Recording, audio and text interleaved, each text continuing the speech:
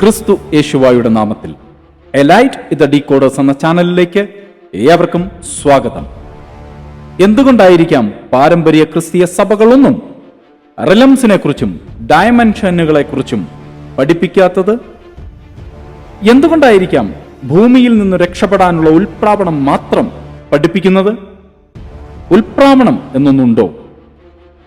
ഈ പാരമ്പര്യ സഭകൾക്ക് എന്ത് പ്രതിബദ്ധതയാണ് സമൂഹത്തോടുള്ളത്? അല്ല എങ്കിൽ സമൂഹത്തോട് എന്ത് കടപ്പാടാണ് ഇവർക്കുള്ളത്? ഇവർ താമസിക്കുന്ന മണ്ണിനോട് പോലും ഇവർക്ക് കടപ്പാടില്ല. എന്താണ് ഇവരുടെ നിയോഗം? ഇവർ എന്താണ് ജനത്തെ പഠിപ്പിക്കുന്നത്? എൻ്റെ ആത്മാവിൽ ഞാൻ കാണുന്നൊരു കാഴ്ച പറയാം. ഒരു പറ്റം മോശമാർ എഴുന്നേൽക്കുന്നത്, ഒരു പറ്റം ഹാനോക്കുമാർ എഴുന്നേൽക്കുന്നത്, ഒരു പറ്റം ഏലിയാവുമാർ എഴുന്നേൽക്കുന്നത്. ഫലം തരാത്ത പഴയ വൃക്ഷങ്ങളെല്ലാം കടപുഴകി വീഴുമ്പോൾ ഫലം കായ്ക്കുന്ന പുതിയ വൃക്ഷങ്ങൾ തളിർത്തു വരുന്നത് ഞാൻ എൻ്റെ ആത്മാവിൽ കാണുന്നു.